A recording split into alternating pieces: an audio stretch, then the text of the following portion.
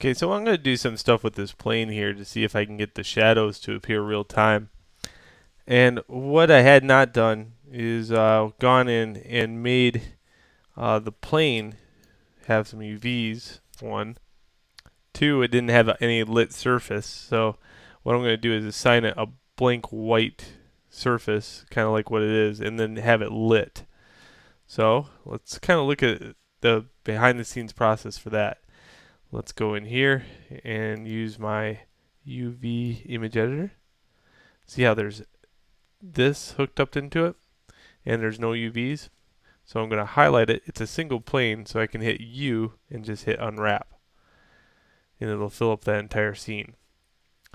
And then what I'm going to do is go image, new, and then I'm going to choose maybe a light gray.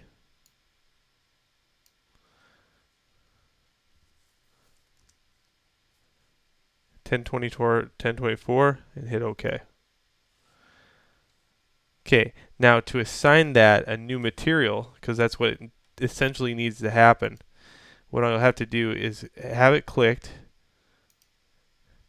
and have new material, and this material is going to be called plane. It's going to be hooked up on the object plane. Okay. It's going to have a new material or a new texture attached to it. So what I'm going to have to do is save this out. I'm going to have to save it as, and I'm going to save it as floor. And then I'll save it as a target file. Blender loves target files.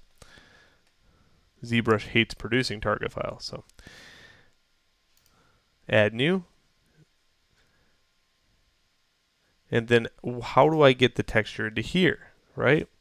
So over here, what I have to do is choose a texture. And it already made one because I made one back there. Image. I'll load that up. Choose floor. Hit select image. Okay, automatically puts it on there for me. That's good.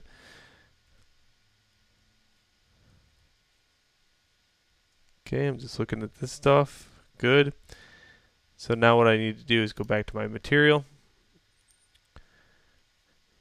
And if I wanted to, I could go in here and say that material is going to have some shiny properties to it if I wanted to. But don't forget to actually assign this a name. So floor text, just like that. Okay, that made floor text here. If I wanted to have it some reflectivity, there's reflectivity right here. Even though Lamberts aren't really known for reflectivity, let's go for blends that I definitely have the ability to up the reflectivity. Now that light's going to be evil though with the reflectivity, so let's kind of look at it and see what happens. Oh, one last thing, sorry, there's so much stuff. Here,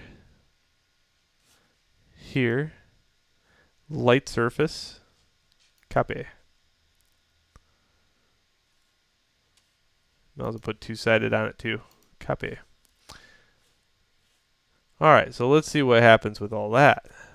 P on the keyboard. In object mode. And there it is.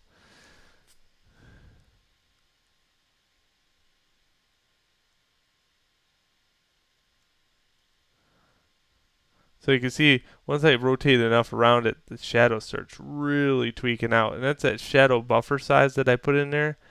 So if I have that a little higher, that might be a little bit better. Other than that, that's the downfall of using dynamic shadows within the Blender engine. All the rest of it looks pretty good though. It still needs some reflectivity on the guy itself, but I'll work on that later. So now that we have a dynamic shadow appearing on the ground, let's work on maybe putting an armature in the guy in the next video.